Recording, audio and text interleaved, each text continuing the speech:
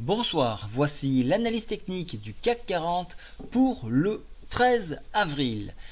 Alors avant de commencer le calendrier économique, je voudrais parler donc d'un sondage. Donc j'ai proposé un sondage donc sur le contact boursier. Ça serait super sympa que tout le monde y réponde afin que je puisse organiser les nouveaux événements que je vais produire donc sur LCB. Donc ce sondage là va permettre de rentrer en communication via donc un live. Donc on pourra échanger donc nos idées, on pourra parler à la fois d'actions, de matières premières, de parité de monnaie, d'indices et tout cela donc en des échanges constructifs. Donc j'aimerais établir en fait des rendez-vous, trouver un horaire et pourquoi pas un jour, et à ce moment-là on pourrait essayer de se réunir pour en discuter. Voilà, donc essayez de participer à ce sondage. Vous l'avez donc directement lorsque vous cliquez sur l'icône LCB.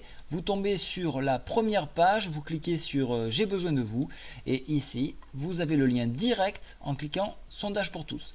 Voilà, je vous remercie donc de cette petite attention. Alors maintenant le calendrier économique de demain, et je change de date puisque demain on sera donc le 13. Le 13, alors il y aura beaucoup de jours fériés mais ça c'est pas très important puisque les gros pays tournent. Alors balance commerciale en Chine. Oui, ça c'est très bon. Ça, on regardera donc l'Asie, on prendra la température pour l'Europe. Alors, indice des prix à la consommation. Alors ça c'est intéressant à 8 heures. Alors, on parle d'indice des prix à la consommation harmonisé. Bon, moi je n'ai pas trop d'intérêt de cette valeur-là. Je préférerais m'attacher sur celle-ci. Voilà, mensuelle pour le mois de mars. Celle-ci, on aura pour la France à 8h45 des infos sur ce même produit. Il faudra attendre après l'après-midi. Il y a des grosses statistiques, notamment les prix à la production aux US. J'aurai une attention particulière sur les indices Michigan à 16h et ça sera tout pour donc cette journée. Alors je passe maintenant sur l'indice parisien. Indice parisien, encore une fois, on va chercher un petit peu les plus hauts, les plus bas. Ça navigue, on attend les élections. J'ai remonté en attendant le PTI, donc journalier, donc il se trouve à 4780. Alors qu'est-ce qu'il fallait voir aujourd'hui? Donc il faut descendre beaucoup plus bas dans les UT pour détecter les points intéressants. Alors je vais même tomber à 30 minutes. Alors qu'est-ce qui s'est passé donc en open des marchés? Donc open des marchés 8 heures, on a eu ce point bas, ce point haut pardon, ce point haut qu'on est venu chercher. Donc là il y avait un short à faire puisqu'on était sorti de cette Bollinger et donc j'avais proposé d'attendre les 5090. Bon, on les a pas touchés malheureusement pour reprendre à la hausse. Alors il y a eu des opportunités sur les moyennes mobiles 7 en UT 4 heures pour tenter un petit scalp. Le stop a sauté, donc rien de bien intéressant. Donc j'attends toujours un point 0,90 ici, 5090 pour éventuellement chercher quelque chose. S'il y a quelque chose à faire, ça sera en after. Il est actuellement 18h10 et jusqu'à 22h, il y aura peut-être une opportunité à ce niveau-là pour après tenter un rebond technique demain. Ça, c'est ce que l'on peut rencontrer. Alors, regardez, il y a une contraction actuellement en UT30. Donc, il y a une végétation à ce niveau-là. On voit qu'on a fini sous la 20 UT30. Donc, ça, c'est assez négatif. Mais si je regarde au niveau des indicateurs, vous voyez que c'est une consolidation. On est venu chercher à combler ce gap que nous avons eu en open et donc c'est assez sain en fait, hein. Donc ça reste assez propre, donc je ne vais pas trop le retenir. Je vais partir maintenant sur le 4 heures. Je sais que vous aimez bien quand j'oscille sur plusieurs unités de temps, donc on va le faire. Unité de temps, la bataille aujourd'hui c'était les 5106, 5108 et 5111 qui étaient des points clés puisqu'elles correspondaient au MM7 respectif de UT30, UT4 heures et UT journalier. Et voilà pourquoi il y avait un petit scalp à faire à la hausse à ce niveau-là sur débordement et donc il n'a pas tenu. Indicateur technique en UT 4 heures, c'est baissier, nous évoluons sous cette moyenne mobile 7 ici. Maintenant je passe en journalier.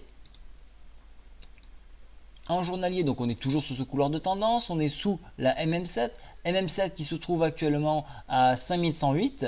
5108, donc il va falloir sur débordement des 5108, essayez d'aller chercher le sommet en pince ici à 5131 et extension, aller chercher les 5154 avec une borne max 5171 qui correspond au couloir de tendance ici.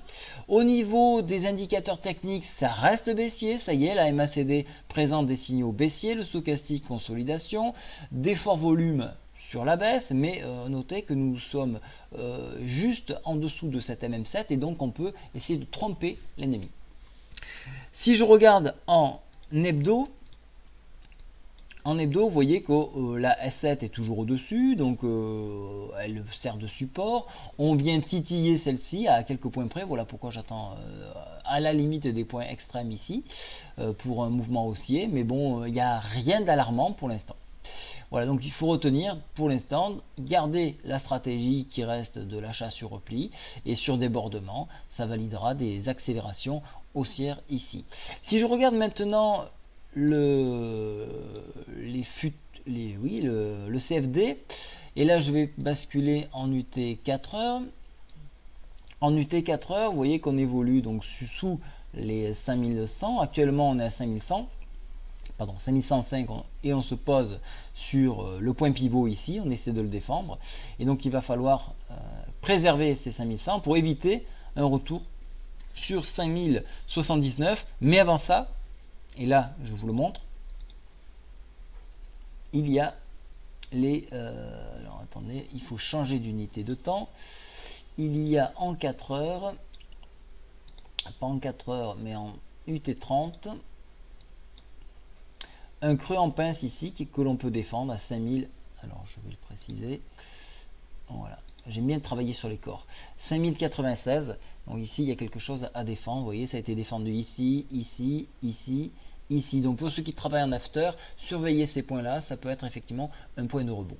Donc pour ma part, je reste encore assez confiant sur de l'achat sur repli.